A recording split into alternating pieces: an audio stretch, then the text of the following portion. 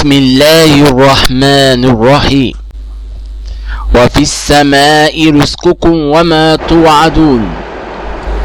اللهم صل على سيدنا محمد الفاتح لما أغلق والخاتم لما سبق ناصر الحق بالحق والهادي إلى صراطك المستقيم وعلى آله حق قدره ومقداره العظيم.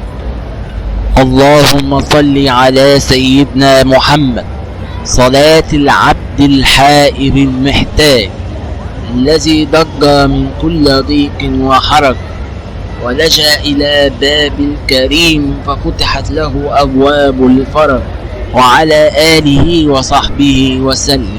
اللهم صل على سيدنا محمد الحبيب الشفيع الرؤوف الرحيم الذي أخبر عن ربه إن لله تعالى في كل نفس 100,000 فرج قريب وعلى آله وصحبه وسلم.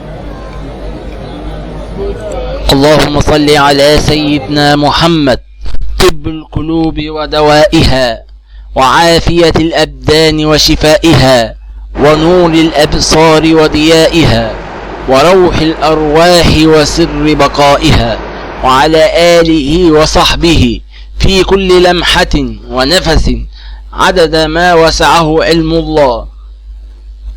اللهم صل على سيدنا محمد وعلى آله وسلم تسليما كثيرا عدد خلقك ورضا نفسك وزنة عرشك ومداد كلماتك. اللهم صل صلاة جلال وسلم سلام جمال على حضرة حبيبك سيدنا محمد واغشه اللهم بنورك كما غشيته سحابة التجليات الإلهية فنظر إلى وجهك الكريم وبحقيقة الحقائق كلم مولاه العظيم الذي عزه من كل سوء.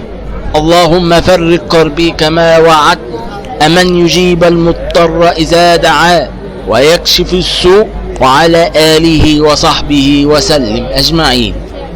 اللهم صل صلاة كاملة وسلم سلاما تاما على نبي تنحل به العقد وتنفرج به الكرب وتقضى به الحوائج وتنال به الرغائب وحسن الخواتيم ويستسقى الغمام بوجهه الكريم وعلى آله.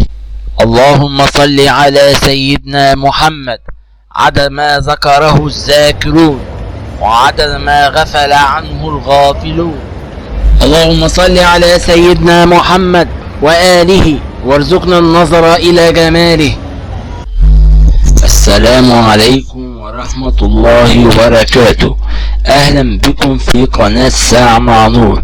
قناة ساعة مع نور قناة شاملة مميزة تشمل السياسة والترفيه والدين وكل ما يخص المجتمع وأخبار عاجلة، وقناة تعتمد في فيديوهات الرئيسية على فيديوهات مميزة للدكتور مبروك عطية وللشيخ رمضان عبد المعز والدكتورة نادية عمارة والدكتورة سعاد صالح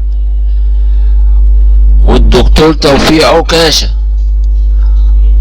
والمستشار مرتضى منصور وفيديوهات لأسامة منير والدكتورة هبة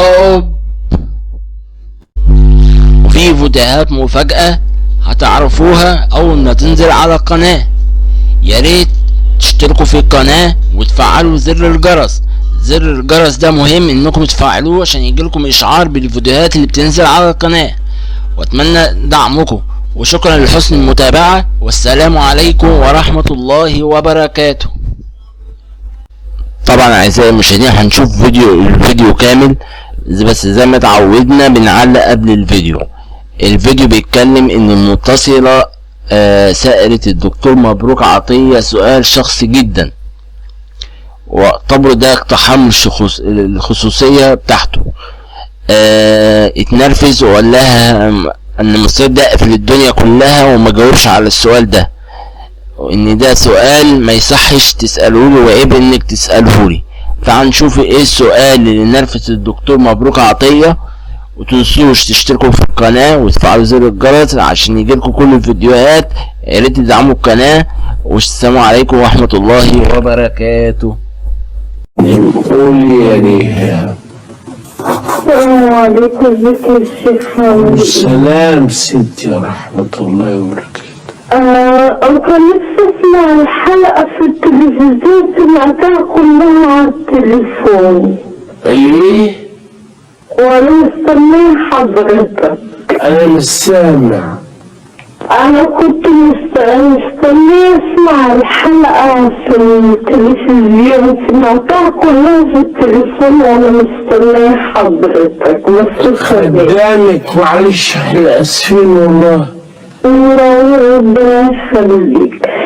لو حضرتك بترجع من شغلك يا شيخنا بتلاقي مراتك في أبهى صورها ومستنياك ماشي، بلاش تمثلي عليا بس. انا بس حضرتك وجوزي اللي بيتفرج على الحلقة ما تقوليش عليا انا مبروك عطية بقى. انا ما برجعش من شغلي ابدا. انا حالة خاصة، ما تمثليش عليا. قوليلي لو واحد يا حبيبي، قوليلي لو واحد. لا بص ما انت بتزعقي اهو. طب ما انت بتزعقي اهو. جوزي اصل انا حاسه ان انت بتكذبني. كنت بكلمك وانا جوزي قاعد على السرير وفتحلي الحلقه عشان تشهد مدينة. حاضر ماشي.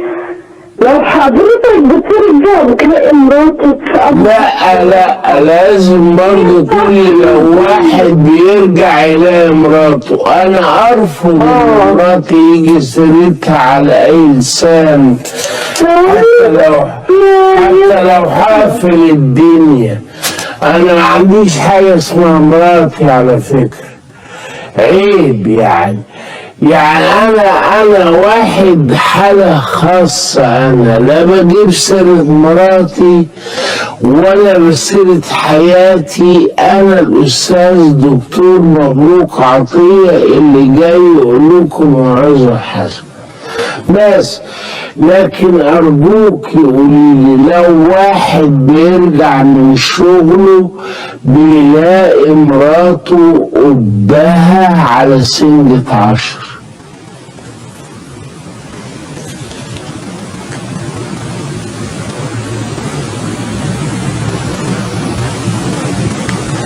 لا خلاص، وهي عايزة تطلع طبعا قفل.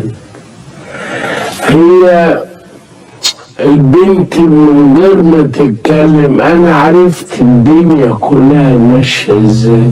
هو بيرجع من شغله يلاقيها على قبها على سنجة 10 ومش مقصرة في حاجة، وعاملاله البصارة اللي هو بيحبها، وكباب الحلة اللي أخته بتحبه احتمال كمان إن هو، وكل ده مش عاجبه.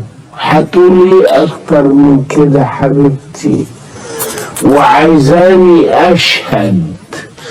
أنا لو شهدت هغلطها لأنها نرفو وصوتها عالي، والست اللي صوتها عالي دي فظيعة لا تحتمل، بتكهرب البني آدم.